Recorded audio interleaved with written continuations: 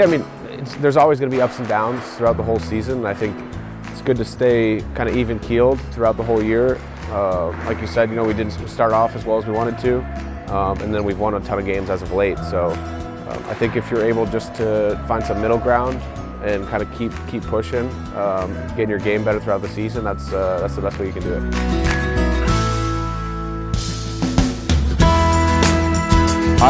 We try not to think about that.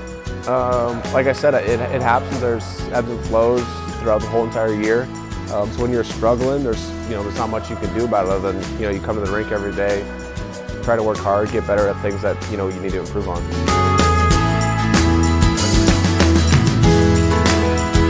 I think you kind of saw two extremes there. Beginning of the year, it's obviously a new group, a lot of new guys.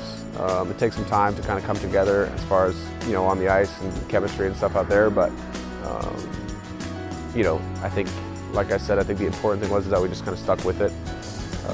There was no quit kind of in the room, even things obviously weren't going great. And then you look at it now, we were able to kind of right the ship a little bit. No, all the guys are great actually.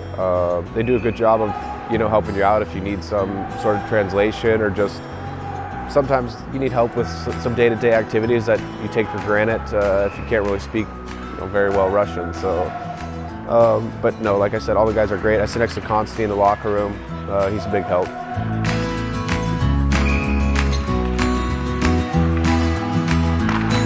Yeah, I think it just it's going to have to get better here as the season goes on. Sort of what I touched on there is you want to come in every day and kind of sort of improve on the things that you need to work on, so your game kind of keeps going up towards the end of the year here.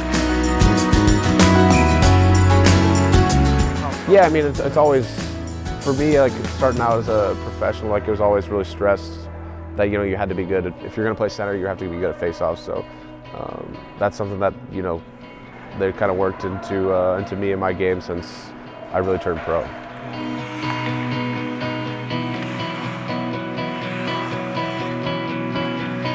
Yeah, I mean, the travel, I'd say, in Sibir is probably one of the more difficult ones throughout this league.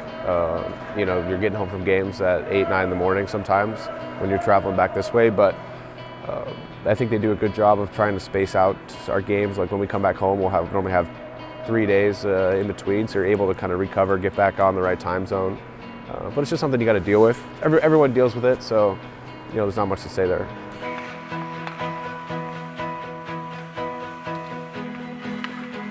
Really good memories looking back there. First couple years of my career, I kind of came up with the same guys in the system. We played minors together. We actually won a championship, and then a couple of us moved on and played for LA for a couple years. And so those are always memories you're going to look back on with a smile. But I think right now you try not to look back really far. You just kind of focus on today.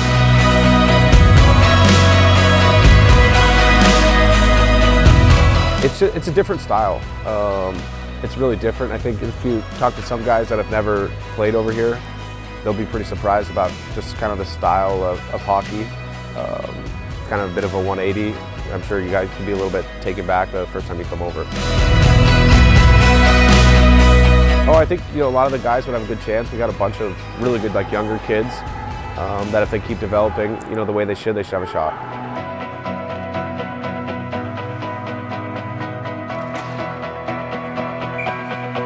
Well, this year I think I've seen everything. There's a decent amount of travel, obviously, that we have to do, so you catch almost all the new kind of shows coming out. Right now, Murph and I are watching Yellowstone together, so that's a good one. Let's see, I just read the Michael Carr's, Derek Carr's series, I don't know, but there's 4 of them. They're awesome, they just came out.